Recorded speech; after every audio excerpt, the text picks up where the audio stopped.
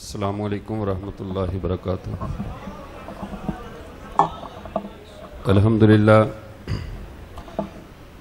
الحمدللہ الذی جعل الحق یعلو ولا یعلی والصلاة والسلام علی من قال لا نبی بعدی ولا رسول وعلی آلہ واصحابہ الذین اتبعوہم بإحسان الی یوم الجزاء۔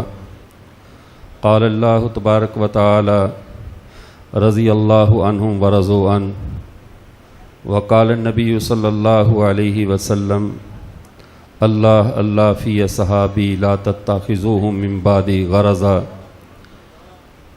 اما بعد، میرے واجب الاحترام معزز سامعین اکرام، ہماری یہ بھی کی سنی کانفرنس جو کہ اپنی جامعیت کے اعتبار سے 2 روزہ اس کو دورہ عقائد کہا جائے یا عقائد کی درسگاہ کہا جائے، جس میں ہمارے علماء اکرام مختلف عنوانات پر اور اہل سنت کے ان عقائد پر روشنی ڈالتے ہیں جو کہ ہماری پہچان ہیں یا باطل کے ساتھ ہمارا مابہل امتیاز ہیں، ہماری الگ شناخت ہیں۔ تو یہ 2 روزہ کانفرنس در حقیقت ایک درسگاہ ہوتی ہے جس میں ہر شخص اپنے اپنے عنوان کے اعتبار سے آپ حضرات کی خدمت میں اپنی معروضات پیش کرتا ہے۔ ہمارے اسلاف میں سے حضرت قادی مدر صاحب رحمۃ اللہ علیہ کا یہ کاشت کردہ وہ برکت والا درخت ہے، پودا ہے، جس کی برکات نے پورے علاقے کو اپنے جلو میں اپنی برکات کے سائے میں لے رکھا ہے۔ یہ اللہ کا فضل و احسان ہے آپ سب حضرات پر۔ یوں کہا جا سکتا ہے کہ حضرت قاضی صاحب رحمۃ اللہ علیہ سے جڑے ہوئے لوگ اعمال میں تو کوتاہی ہو سکتی ہے، لیکن عقیدے میں بحمداللہ کوئی بھی جھول نہیں ہو سکتی، اور قیامت میں مدار نجات انسان کا عقیدہ ہے، اس کا درست ہونا ضروری ہے۔ آج کی اس نشست میں میرے ذہن میں تھا کہ عقیدہ ختم نبوت کے حوالے سے گفتگو کی جائے، لیکن ہمارے برادر محترم مولانا عبدالغفور حیدری صاحب دامت برکاتہم العالیہ، ان کا حکم تھا کہ ہم صحابہ اکرام رضوان اللہ تعالی علیہم اجمعین کے حوالے سے کچھ اس نوعیت کی گفتگو آپ حضرات کے سامنے کچھ ایسا مقدمہ رکھیں کہ جس کا تعلق صحابہ کے فضائل یا ان کی شان سے نہ ہو، بلکہ وہ اصولی گفتگو ہو جو اس وقت صحابہ کے بارے میں بے اصولیاں کی جا رہی ہیں، ان بے اصولیوں کا سد باب ہو سکے۔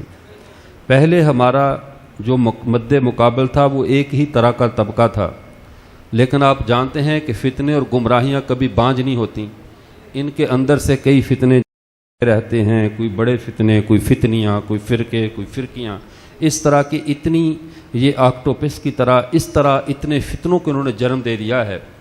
اب بظاہر سنی کہلوانے والے، اہل سنت کا لیبل رکھنے والے بھی وہی بیہودہ زبان صحابہ کے بارے میں استعمال کر رہے ہیں جو زبان کل تک دشمن بھی استعمال کرتے ہوئے گھبراتا تھا۔ ان کو صحابہ کے بارے میں اتنی جرت کے ساتھ بولنے کا حوصلہ کیسے ہوا؟ آخر خامی کہاں پر ہے؟ ہمارے نوجوان کی تربیت میں ہم سے کہاں پر کمی رہ گئی؟ یا دشمن نے کون سا کمزور پہلو دے کر وار کیا کہ ہمارا نوجوان آج صحابہ کی اپنی مرضی کی تقسیم کر رہا ہے، اپنی مرضی سے صحابہ کی حد بندیاں کر رہا ہے، صحابہ اور اہل بیت کو کبھی جدا کرتا ہے، کبھی صحابہ اور طلقاء صحابہ کی بحث کو لے کر بیٹھ جاتا ہے، کبھی متقدمین اور متاخرین کا ایشو کھڑا کر لیتا ہے۔ اس نوجوان کو کیوں یہ خبر نہیں کہ جو اس موضوع پہ تو ہاتھ ڈال رہا ہے وہ موضوع تیرے متعلقہ ہے ہی نہیں؟ اب اس نئی نسل کے دماغوں میں یہ نئی طرز کا زہر کس نے ڈالا؟ اب اگر ہم ان زہریلے ناگوں کے بارے میں جو قوم کے ایمان پہ حملہ آور ہیں، ہماری قوم کے نظریات کو ڈس رہے ہیں، اگر ایک ایک ناگ کا تعارف کروایا جائے تو ہم نہ تو خائف ہیں، نہ ہم کسی سے ڈرتے ہیں کہ کسی کا نام لیتے ہوئے ہمیں موت پڑتی ہو، ہم تو ان کے نام پہ مرنا اپنی سعادت سمجھتے ہیں۔ لیکن اصل مسئلہ یہ ہے کہ آج میں کوشش یہ کروں گا کہ آپ کے سامنے چند وہ اصول اور قواعد، وہ اصولی مباحث آپ کے سامنے رکھی جائیں کہ ہمارا نوجوان پھر آج تو چند ایک فتنے ہیں، کل کو یہ اور کوئی درمیان میں آ جائے، کوئی اور اٹھ کھڑا ہو، چونکہ سوشل میڈیا ایک ایسی بے حیائی کی منڈی بن چکا ہے جس میں روز نئی پروڈکٹ آتی ہے، روز ایک نیا آدمی آتا ہے۔ پہلے لوگوں کو خیر کے مراکز، خیر کے کاموں کی قیمت ادا کرنی پڑتی ہے۔ ابھی یہ جلسہ کروانے والے احباب سے پوچھو اس کانفرنس پہ کتنے اخراجات آ رہے ہیں، آپ حضرات سے پوچھا جائے کتنی دور دور سے محنت کر کے آئے، خطباء سے پوچھو کتنی کوئی تکلیف میں، کوئی خوشی میں، کوئی راحت میں کیسے یہاں پر پہنچا۔ لیکن جس نے شیطانی پھیلانی ہے 10 روپے کا ایک پیکج لے گا اور گھر کے بند کمرے میں بیٹھ کر ایک فضول گفتگو، ایک گھٹیا سا تبصرہ صحابہ پہ کر دے گا اور پوری دنیا میں چند منٹوں میں وہ وائرل ہو کر کرنٹ ایشو بن جاتا ہے۔ اب اس شیطان کو تو نہیں پتا کہ تیری اتنی زیادہ قبولیت کرنے والے موجود ہیں، لیکن عربی کی ایک کہاوت ہے لکل ساکتن لاکتن، ہر گری پڑی چیز کو اٹھانے والے کوئی نہ کوئی مل ہی جاتے ہیں۔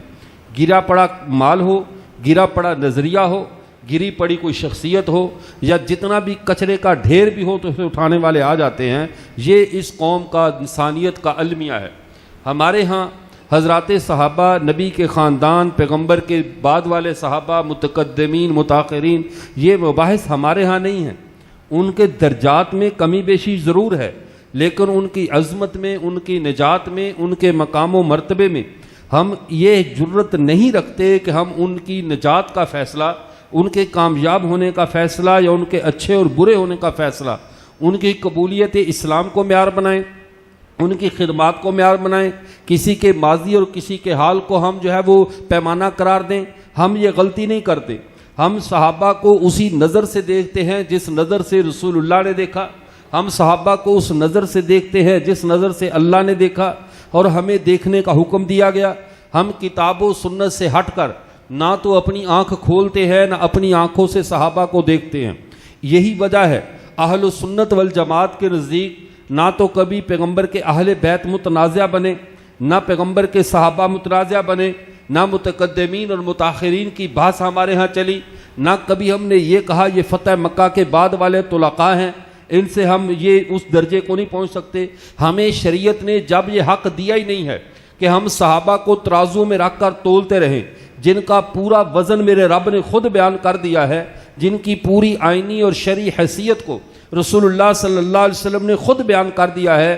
اب پوری امت کے فقہا، مجتہدین، محدثین اکٹھے ہو جائیں، کسی ایک صحابی کا مقام اور مرتبہ یہ تبدیل نہیں کر سکتے، اس لیے کہ ان کے مقام و مرتبے نصوص قطعیہ سے متعین ہو چکے ہیں۔ اب بعد والوں کو کسی کو کوئی حق باقی نہیں پہنچتا کہ وہ اپنی تحقیقات یا اپنی خرافات کو سامنے رکھ کر صحابہ کے مقام کے اندر کمی بیشی کرنے لگے۔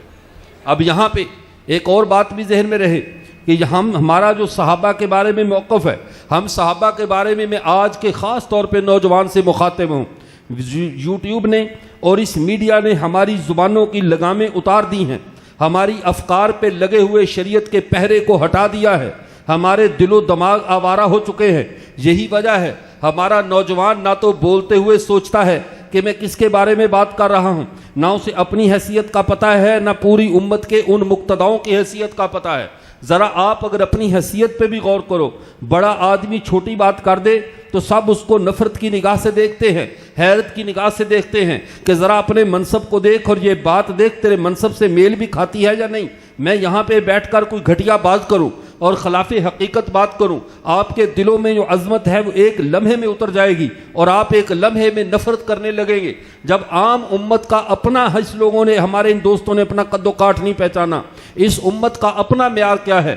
میں پہلے امت کا معیار بتاتا ہوں، پھر صحابہ کو سمجھنا آسان ہوگا۔ نبی کریم صلی اللہ علیہ وسلم کو اللہ نے جو امت دی ہے، جو افراد دیے ہیں، اس امت اور افراد میں اور آپ، اللہ نے ہمارا اپنے نبی سے جو رشتہ رکھا ہے، اگر یہ رشتہ سمجھ میں آ جائے، نہ صحابہ پہ اعتراض باقی رہے گا، نہ اہل بیت پہ، نہ متقدمین و متاخرین پہ۔ ہمارا رشتہ رسول اللہ سے یہ ہے، رسول اللہ کی بیویاں ہماری مائیں ہیں، رسول اللہ ہمارے روحانی باپ ہیں، ہم رسول اللہ کی روحانی اولاد ہیں۔ ہم نے پوچھا اے اللہ، ہم نے تو انسانوں کے لیے تو شریعت کا حکم یہ ہے کہ تم اپنے بچوں کے لیے اچھی بیوی کا، اچھی ماں کا انتخاب کرو تاکہ وہ بچے کل معاشرے میں میں شرمندہ نہ ہوں. تمہاری بیوی پاک دامن ہونی چاہیے, تمہاری بیوی عفیفہ ہونی چاہیے, با پردہ اور با حیا ہونی چاہیے, تاکہ کل تمہارے بچے اپنی ماں پہ فخر کریں کہ ہماری ماں با پردہ ہے, با حیا ہے, شریعت کی پابند ہے. جب ہمارے لیے یہ پابندی ہے, اے اللہ پوری امت کے لیے جن ماؤں کو تو نے چنا ہے, پوری امت کے لیے جو ماؤں کا انتخاب اے اللہ تو نے کیا ہے, ہمارے نبی کی جن کو بیویاں بنایا ہے, ذرا ہمیں وہ پیمانہ بھی تو بتلا دیجئے تاکہ ہمیں اپنے قد کا پتہ چل جائے, ہمیں اپنی حیثیت کا پتہ چل جائے, ہمارا اپنا سٹیٹس کیا ہے. چونکہ اطراف عظمت کے لیے بندے کا باعظمت ہونا ضروری ہے. بنگی کبھی بادشاہوں کے مقام کو نہیں پہچان سکتے, کبھی نشئی کسی اعلیٰ حاکم کے مرتبے کو نہیں پہچان سکتا. بادشاہوں کو بادشاہ پہچانا کرتے ہیں, قدر زر زرگر شناست قدر جوہر جوہری. پہلے ہمارا اپنا سٹیٹس ہمیں معلوم ہوگا, اپنا قد و کاٹ ہمیں معلوم ہوگا, تب ہمیں اوپر والے حضرات سمجھ میں آئیں گے کہ وہ کون ہیں. میرے اللہ نے ہمیں جو مقام دیا کہ تم اتنی اس بات پہ غمزدہ نہ ہو, صحابہ تو بہت اوپر کی چیز ہیں, صحابہ تو تمہاری توقع اور تمہاری غور و فکر کے دائروں سے بھی اوپر کی چیز ہیں. میں تمہیں تمہارا مقام بتا دیتا ہوں. جو مقام میں نے سابقہ امتوں کے نبیوں کی ماؤں کا رکھا تھا, وہی مقام میں نے تمہاری ماں کا رکھا ہے. تم عام مسلمان ہو, 1400 سال بعد میں پیدا ہوئے ہو. حضرت عیسیٰ کو دیکھیے, حضرت عیسیٰ کی ماں کو رب کا قرآن کہہ رہا ہے امہ صدیقہ, عیسیٰ کی ماں صدیقہ ہے. جو معیار عیسیٰ نبی کی ماں کا رکھا گیا, وہی معیار محمد عربی کی امت کی ماں کا رکھا گیا. عائشہ صدیقہ کو ہماری ماں بنایا گیا تاکہ یہ امت اپنے قد و کاٹ کو پہچانے کہ تم عام لوگ نہیں ہو. اگر عیسیٰ کی ماں صدیقہ ہے تو محمد عربی کی پوری امت کی ماں کا نام بھی صدیقہ ہے. اپنے قد کو پہچانو. اے اللہ یہاں تک تو بات سمجھ میں آ گئی کہ ہماری ماں عائشہ صدیقہ ہے, لیکن جو اللہ کے جو دوسری بیویاں ہیں, نبی کی بیویاں دوسری ہماری مائیں ہیں. حضرت خدیجہ ہے, حضرت صفیہ ہے, دیگر حضرات ازواج مطہرات ہیں. اے اللہ ان کا مقام کیا ہے؟ اللہ نے کہہ دیا, اللہ تعالیٰ نے ان سے رجس اور گندگی کو دور کر دیا ہے. وہ ایسی پاکیزہ ہیں, ایسی طاہر ہستیاں ہیں کہ امت کا سر قیامت تک نہیں جھکے گا. جس رب نے میرے اور آپ کے لیے طاہر اور پاکیزہ ماؤں کا انتخاب کیا ہے, کیا وہ میرے پیغمبر کے لیے ایسی جماعت کا انتخاب کرے گا جس پر بعد والے انگلی اٹھا سکے؟ نبی اللہ اپنی جماعت کے لیے, اپنے نبی کے یاروں کے لیے ایسے لوگوں کو چنے گا جن لوگوں پر بعد کے اندر بیٹھ کر کوئی بند کمروں میں ان کے اوپر تان و تشنیع کے تیر برسا سکے. ایسا نہیں ہوگا. اللہ نے اپنے نبی کی جماعت کو چنا ہے, اور پھر چنا نہیں, ان کی تربیت, ان کے مقام اور مرتبے کو اللہ نے اس سطح پہ رکھا ہے. آپ دیکھیے, ایک آدمی رسول اللہ کے سامنے آئے, آ کر کہے اے اللہ کے رسول میں گواہی دیتا ہوں آپ اللہ کے رسول ہیں, میں گواہی دیتا ہوں اللہ وحدہ لا شریک ہے. آپ بتاؤ ایسے شخص کو ہم کیا کہتے ہیں؟ ہم کہتے ہیں وہ صحابی ہے کہ رسول اللہ کے سامنے آیا, آ کر اس نے اللہ کے نبی کی گواہی دی, ایمان لے آیا نبی کے سامنے, وہ صحابی بنتا ہے. لیکن میرے رب کے قرآن سے پوچھو, رب کا قرآن کیا کہتا ہے؟ وہی ایمان معتبر ہوگا جو صحابہ کی لائن میں کھڑا ہو کر ایمان لائے, جو صحابہ کو کراس کر کے ایمان لائے. وقت کا نبی بھی موجود ہو, امام الانبیاء بھی موجود ہو, لیکن جب انہیں کہا جائے فَإِنْ آمَنُوا بِمِثْلِ مَا آمَنْتُمْ بِهِ فَقَدْ اهْتَدَوْا, ایمان لاؤ اس جماعت کی طرح جو میرے نبی کی جماعت ہے, ان کے پیچھے کھڑے ہو جاؤ, آگے کھڑے نہیں ہونا, لائن توڑ کر باہر نہیں آنا, پیچھے لائن میں کھڑے ہو جاؤ, تمہارا ایمان تب معتبر ہوگا. انہوں نے لائن توڑ دی, انہوں نے کہا نہیں ہم ان کے پیچھے کھڑے نہیں ہو سکتے. انؤمن کما آمن السفہاء, ہم ان بے وقوفوں کے پیچھے کھڑے ہو جائیں. اللہ نے کہا نہیں, الا انہم هم السفہاء, جو لائن توڑ کر صحابہ سے قدم آگے بڑھائے بے وقوف وہ ہے, احمق وہ ہے, صحابہ بے وقوف نہیں ہیں. رب نے فیصلہ دے دیا. آئے سورہ منافقون کو پڑھ کر دیکھو رب کا قرآن کیا کہتا ہے. انہوں نے آ کر اللہ کے رسول سے کہا نشہد انک لرسول اللہ, اے اللہ کے رسول ہم گواہی دیتے ہیں آپ اللہ کے رسول ہیں. چونکہ وہ لائن توڑ کر آئے تھے, صحابہ کو چھوڑ کر آئے تھے, صحابہ سے آگے بڑھ کر آئے تھے, صحابہ کو کراس کر کے آئے تھے, نبی پہ ایمان ہی لائے تھے, کوئی کفر نہیں کیا, نبی کی نبوت کی گواہی ہی دی تھی, کوئی جھوٹ نہیں بولا تھا. میرے رب نے کہا جو صحابہ کو چھوڑ کر اپنے ایمان کا نبی کے سامنے بھی اظہار کرے, اللہ کہتا ہے میں رب گواہی دیتا ہوں یہ جھوٹا ہے, یہ کذاب ہے. رب کے قرآن نے گواہی دی یا نہیں دی؟ سورہ منافقون میں گواہی ہے یا نہیں ہے؟ یہ اصول سمجھ میں آ گیا کہ جو صحابہ کو چھوڑ کر صحابہ کو سائڈ پہ کرے, صحابہ کو کراس کرے، بائی پاس اللہ کے نبی تک پہنچے اور کہے میں علمی کتابی ہوں، میرے پاس کتاب اور علم ہے، مجھے نہ بنو امیہ کی ضرورت ہے، نہ مجھے بنو ہاشم کی ضرورت ہے، نہ مجھے صحابہ کی ضرورت ہے، میں براہ راست اللہ کے نبی تک جاتا ہوں، تو 1400 سال کے بعد کیا وہاں پہنچے گا؟ جو پہنچے تھے رب نے جھوٹے کہہ کر واپس لوٹا دیے، تم صحابہ کو چھوڑ کر آئے ہو، جو نبی کے صحابہ کو کراس کر کے بائی پاس اللہ کے نبی کے دربار میں پہنچے وہ مردود ہوتا ہے، مقبول نہیں ہوتا۔ بات سمجھ میں آ گئی؟ پہلا اصول سمجھ میں آ گیا کہ صحابہ کو کراس کر کے آگے۔ اور مجھے یہ بتاؤ، وہ لوگ آپ لوگوں سے، ہم سے، میں یوں کہتا ہوں قاضی مظہر صاحب رحمۃ اللہ علیہ ایسے کروڑوں بھی مل جائیں، اربوں سے بھی دنیا بھر جائے، اس بندے کی خوش قسمتی کو نہیں پہنچ سکتے جس نے براہ راست رسول اللہ کا چہرہ دیکھا ہے۔ لیکن اللہ کی ترتیب کیا ہے؟ سب کو کراس کر کے اللہ کے نبی کے سامنے گئے۔ اب قاضی مظہر کا جوتا بھی ان سے افضل ہے جو صحابہ کو کراس کر کے نبی کے دربار میں گئے، اور رب نے قرآن اتار دیا یہ جھوٹے ہیں، اس لیے کہ وہ لائن توڑ کر گئے۔ لائن کے اندر کھڑا، اسی لائن میں کھڑا، اسی سلسلے میں کھڑا، 1400 سال بعد کا یہ کارکن اللہ انہیں سچا کہتا ہے، کیوں؟ یہ ایمان وہ لائے ہیں جو صحابہ والا ایمان ہے، ان کا سلسلہ اپنے صحابہ کے ذریعے نبی سے جڑا ہوا ہے، یہ سچے ہیں۔ اور لائن توڑنے والے اللہ کے نبی کے سامنے بھی کھڑے ہو تو جھوٹے ہیں، اللہ کے نبی کے سامنے بھی کھڑے ہوں۔ پہلا اصول سمجھ میں آ گیا، لائن نہیں توڑنی۔ دوسری بات، اپنی انداز گفتگو کو ٹھیک کر لیجئے۔ جب موقف صحابہ کا آئے، جب بات صحابہ کی آئے، تمہارا انداز گفتگو بازاری نہیں ہونا چاہیے، سوقیانہ نہیں ہونا چاہیے۔ گھٹیا انداز گفتگو نہ رب کے دربار میں چلتا ہے نہ صحابہ کے دربار میں چلتا ہے۔ کیوں؟ اب دیکھیے صحابہ نے کیا کیا تھا۔ وہ جو بات یہودی کہتے تھے، وہ کہتے تھے رائنا، اے اللہ کے رسول ہماری رعایت کیجئے، اور اندر خانے اس لفظ کے پیچھے کوئی اور معنی مراد لیتے تھے، اس لفظ کے پیچھے اپنے بغض کا اظہار کرتے تھے۔ خدا نے ان کے انداز کو بدل دیا، صحابہ سے کہا یہ لفظ بھی اختیار نہ کرو، وہ انداز گفتگو جو میرے پیغمبر کو تکلیف دینے والا ہے، وہ انداز گفتگو معنی کے اعتبار سے درست بھی ہو، وہ انداز گفتگو الفاظ کے اعتبار سے ٹھیک بھی ہو، لیکن جس کا مطلب دلوں میں کچی پیدا کر رہا ہو وہ مطلب بھی نبی کے سامنے نہیں بیان کرنا۔ لفظ کو اللہ نے بدل دیا، اللہ نے کہا وہ لفظ بھی استعمال نہ کرو جس لفظ سے میرے نبی کو تکلیف ہوتی ہو۔ تو صحابہ کے بارے میں اللہ کے نبی نے کیا کہا؟ اللہ اللہ فی اصحابی لا تتخذوہم من بعدی غرضا۔ میرے صحابہ کے بارے میں بھی اپنا انداز گفتگو ٹھیک رکھنا، صحابہ کے بارے میں اپنا انداز گفتگو ٹھیک رکھنا، بدتمیزی مت کرنا، کتابوں کا لٹریچر اٹھا کر میدان میں مت آ جانا۔ تمہاری آج کی اردو کے ترجمے جو اس دور کے حالات کی عکاسی نہیں کر سکتے، تمہارے مترجمین نے اپنی مرضی سے جو ترجمے کیے، صحیح کیے یا غلط کیے، یہ زبان نبوت کے ترجمان نہیں ہو سکتے۔ یہ کہہ سکتے ہیں لفظی ترجمہ یہ بنتا ہے، لیکن میرے نبی کی مراد کیا ہے یہ آپ اور میں کیسے سمجھیں گے؟ ایک دفعہ ایسا ہوا، آپ صلی اللہ علیہ وسلم نے 2 صحابہ کو ڈانٹ دیا، بخاری شریف میں حدیث موجود ہے۔ ڈانٹا کیسے؟ کہا جاؤ فلاں جگہ پہ کنویں پہ جاؤ، چشمے پہ جاؤ، رستے میں پانی آئے گا، میرے آنے سے پہلے پانی نہیں پینا۔ ان بیچاروں کو پیاس لگی ہوئی تھی، انہوں نے پی لیا۔ آپ صلی اللہ علیہ وسلم کے بارے میں بخاری کی حدیث فسبہما رسول اللہ صلی اللہ علیہ وسلم، سب عربی میں جو آج کل بڑا ایک چلا ہوا نا، علی حضرت معاویہ ممبروں پہ گالی دیتے تھے، سب سب سب، تو اس کا ذرا ترجمہ کرو۔ فسبہما رسول اللہ صلی اللہ علیہ وسلم، بخاری کے الفاظ ہیں۔ فرمایا اللہ کے نبی ڈانٹے، ناراض ہوئے، ان کو سخت الفاظ کہے۔ حضرت عائشہ نے حیران ہو کر کہا اے اللہ کے رسول آپ تو کبھی سخت لفظ نہیں بولتے، آج اتنے سخت لفظ کیوں؟ آج اتنے سخت لفظ کیوں؟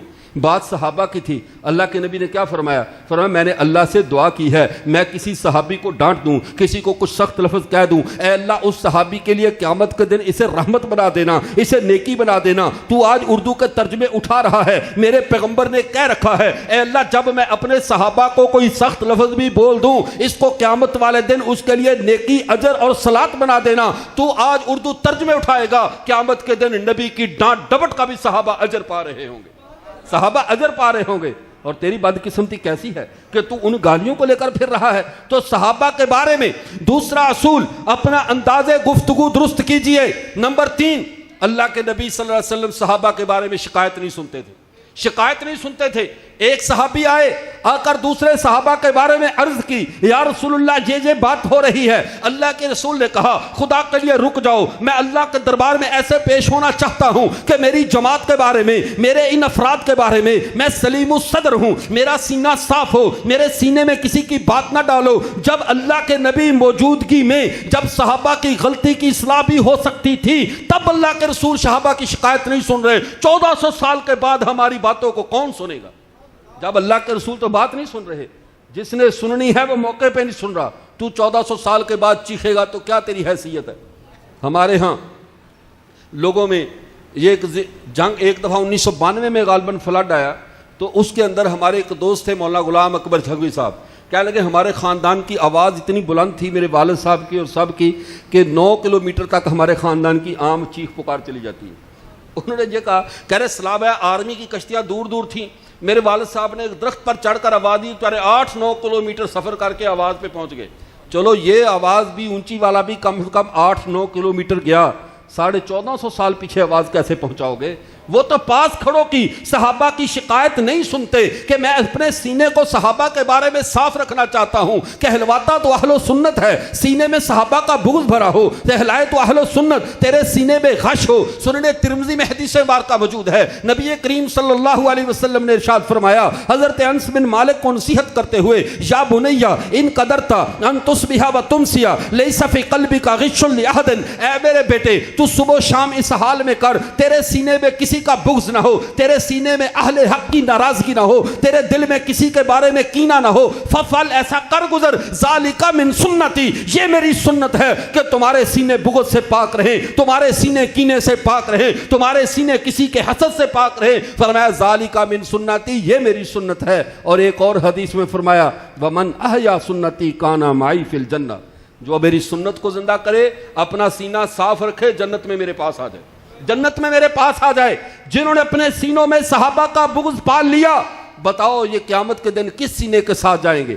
یہ صحابہ کا بغض بہت ظالم چیز ہے, صحابہ کا بغض بہت ظالم چیز ہے. سینوں میں آ جائے, سینوں کو پرسکون نہیں رہنے دیتا, سینوں کو پرسکون نہیں رہنے دیتا. پارے کی طرح وہ سینے تڑپتے ہیں, جتنا مرضی دباؤ, جتنی جرت سے اوپر ہاتھ مار مار کے دباؤ, لیکن یہ بغض پارے جیسا ہے, یہ آرام سے نہ بیٹھتا ہے نہ صاحب سینہ کو بیٹھنے دیتا ہے. اب بات سمجھیے, تیسرا اصول. چوتھا اصول یہ سمجھ لیجئے, جب پیارے پیغمبر کی جماعت کی باری آئے, پیارے پیغمبر کی نسبت کا لحاظ کر لو, یہ ساتھی ہیں کس کے؟ یہ ساتھی ہمارے ہاں کیا ہوتا ہے, خطیب صاحب جلسے سے ناراض ہو کر چلے گئے, کس وجہ سے؟ میرے خادم کو اچھا کھانا نہیں کھلایا. اتنی بات پہ آج کا خطیب ناراض ہو جاتا ہے, شیخ ناراض ہو جاتا ہے.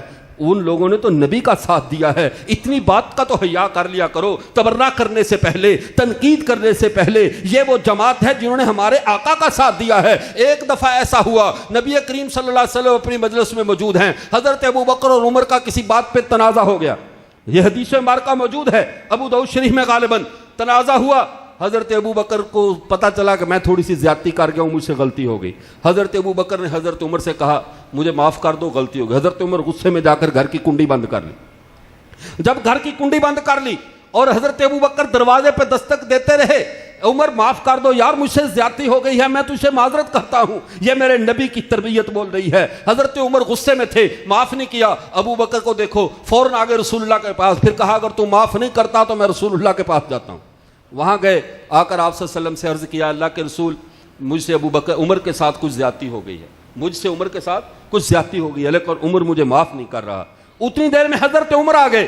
اب ابو بکر بھی مان رہے ہیں کہ خطا مجھ سے ہوئی, اللہ کے نبی کے سامنے اعتراف کر رہے ہیں, اور حضرت عمر کیا کہہ رہے ہیں, نہیں اللہ کے رسول غلطی میری تھی. دونوں اپنے اپنے کھاتے میں ڈال رہے ہیں. رسول اللہ نے ابو بکر کو کچھ نہیں کہا. حضرت عمر سے کیا کہا, اے عمر کیا ابو بکر کے ساتھ میرے تعلق کا تم لحاظ نہیں کرتے, کیا میرے تعلق کا تم خیال نہیں کرتے؟ جب تیری پوری قوم نے, پورے قریش نے مجھے جھٹلایا تھا, یہ ابو بکر تھا جس نے میری تصدیق کی تھی. پوری قوم مجھے میرے سامنے سینہ تان کے کھڑی تھی, یہ ابو بکر ہی تو تھا جو میرے ساتھ کھڑا تھا. خدا کے لیے ابو بکر کے معاملے میں تم میری نسبت کا تو لحاظ کر لیا کرو, میری نسبت کا تو لحاظ کر لیا کرو.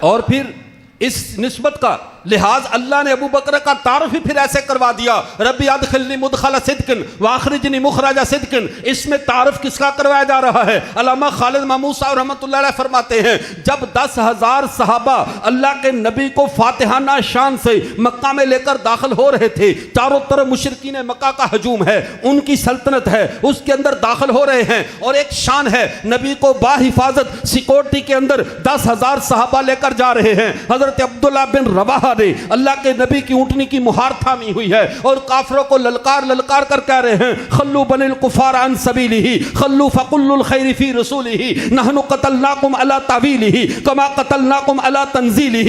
اے کافروں کی ناجائز اولاد، آج محمد کے راستے سے ہٹ جاؤ، آج ہم تمہیں محمد کی تعویل پہ بھی ویسے ہی ماریں گے جیسے محمد کی تنزیل پہ تمہیں مارا تھا۔ اللہ کو مسکرائے، اللہ کی ذات نے دیکھا یہ آج 10,000 بڑے خوش ہیں، اپنا بڑا وزن سمجھ رہے ہیں کہ ہم نے اللہ کے نبی کو لے کر آئے ہیں۔ ٹھہرو، انہیں میں بتاتا ہوں کہ ان 10,000 قدسیوں کا، ان فاتحین مکہ کا اگر وزن تولنا ہے تو درمیان برابر بھاٹ کون سا رکھنا ہے؟ اللہ نے کہا ربی ادخلنی مدخل صدق، تم تو ان 10,000 سچوں کو لے کر داخل ہوئے ہو، 10,000 سچے ایک سچے کو لے کر آئے ہیں، واخرجنی مخرج صدق۔ اس دور کو یاد کرو جب ایک ہی سچا تھا، ایک سچے کو لے کر ہزاروں کے درمیان سے جا رہا تھا، وہ ایک سچا لے کر جا رہا تھا۔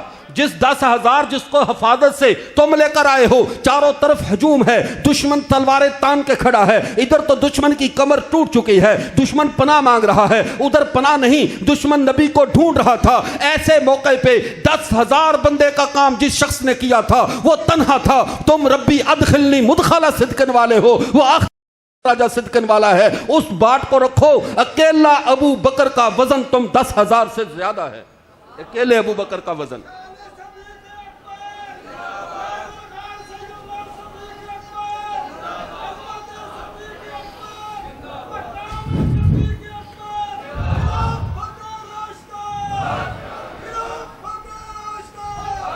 اس سے پتا چلا آج جو تبرعی ٹیمیں اٹھی ہوئی ہیں ان کو تو تبرے سے غرض ہے، انہیں اپنے ایمان سے کوئی غرض نہیں۔ اس سے پتا چلا جب اللہ کے نبی حضرت عمر کو بھی ابو بکر پہ بات نہیں کرنے دیتے۔ اس سے بڑھ کر آگے چلیے، بعض صحابہ کے بارے میں جب بعض الفاظ حدیث کے آتے ہیں، اللہ کے نبی ناراض ہوئے، کسی کے بارے میں خفگی کا اظہار کیا، کسی کے بارے میں کچھ کیا، اور بندگان خدا دور تربیت کی باتیں، اللہ کے نبی مربی ہیں، اللہ کے نبی روحانی باپ ہیں، وہ استاد ہیں، اپنے شاگردوں کو ڈانٹ رہے ہیں۔ تم کس کھاتے میں ہو، میں اور آپ کس کھیت کی مولی ہیں کہ ہم اٹھ کر کہیں ہم بھی صحابہ سے اسی لہجے میں بات کر لیں جس لہجے سے بات میرے پیغمبر کر رہے ہیں؟ ہمیں یہ حق نہیں ہے ہم پیغمبر کے صحابہ کے ساتھ اسی لہجے سے بات کریں جس لہجے سے بات پیغمبر نے کی ہے۔ حتیٰ کہ ایسا ہوا حضرت حذیفہ بن جمان، سنن ابی داؤد میں حدیث ہے، حضرت حذیفہ بن جمان لوگوں کے سامنے ایک حدیث بیان کرتے کہ اللہ کے نبی نے فلاں صحابی کو ڈانٹ کے یوں کہا، فلاں صحابی کے بارے میں یوں کہا۔ صحابہ سنتے اور جا کر حضرت سلیمان فارسی کو بلاتے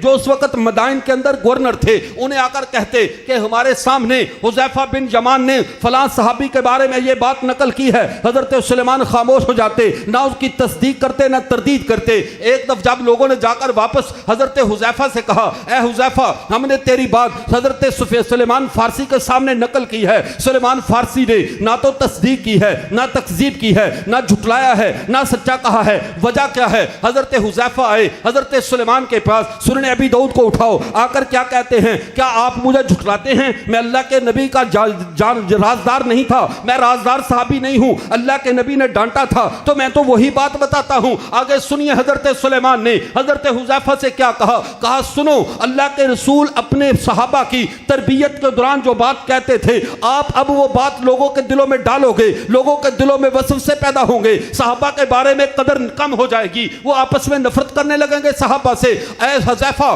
تم باز آ جاؤ، صحابہ کے بارے میں ایسی روایتیں جو نبی نے بطور تربیت کے فرمائی ہیں یہ لوگوں کے سامنے مت بیان کیا کرو، ورنہ میں آج عمر فاروق کو خط لکھتا ہوں اس حذیفہ کا کوئی علاج کرو، ورنہ یہ صحابہ کے بارے میں اس کی بیان کردہ حدیث سے صحابہ کے بارے میں نفرت پھیل رہی ہے۔ جب حضرت حذیفہ کو وہ حدیثیں بیان کرنے کی اجازت نہیں تو آج کے کسی ڈاکٹر، علامہ، انجینئر کو اجازت ہے کہ وہ حدیثیں اٹھا کر قوم میں بیان کرے؟ وہ کیوں اٹھائے گا؟ اب وہ کیوں اٹھائے گا؟ اب بات کو سمجھ لیجئے. یہاں پہ اللہ امام بخاری رحمت اللہ علیہ نے ایک اصول بیان کیا. امام بخاری فرماتے ہیں باب من خص بالعلم قوما دون قوم کراہیتا ان لا یفہموا. خاص لوگوں کی بات کبھی عام لوگوں کو مت بتانا ورنہ وہ فتنے میں پڑ جائیں گے. خاص لوگوں کی بات خاص تک رہنے دو, عام لوگوں کی بات عام تک رکھو. امام بخاری نے یہ اصول بخاری شریف میں بیان کر دیا. اگر تم کتابی ہو, اگر تم کتاب پڑھے ہوئے ہو تو پھر امام بخاری کا اصول مان لو, خاص لوگوں کی باتیں عوام الناس میں مت بیان کیا کرو. آخری بات عرض کرتا ہوں, چونکہ حضرت ہمارے مخدوم مفتی شاہد مسعود صاحب دامت برکاتہم العالیہ تشریف لا چکے ہیں. اب ان کی موجودگی میں صرف آخری حدیث سنا کر بات کو ختم کرتا ہوں. یہ 5واں اصول ہے. طلقاء صحابہ نے انعامات کیوں پائے؟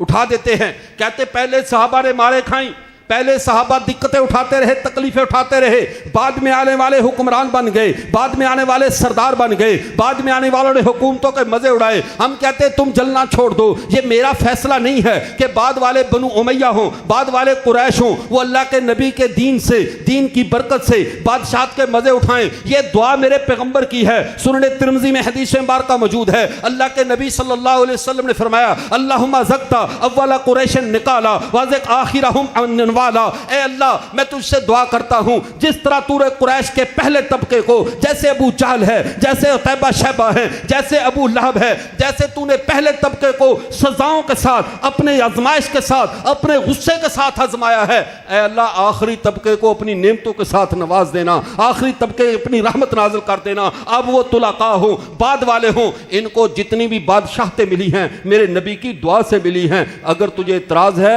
تو دعا کرنے والے نبی سے کر, صحابہ سے اعتراض نہ کر. اللہ ہم سب کو حقیقت میں صحابہ کی قدر کرنے کی توفیق عطا فرمائے. وآخر دعوانا الحمدللہ رب العالمین.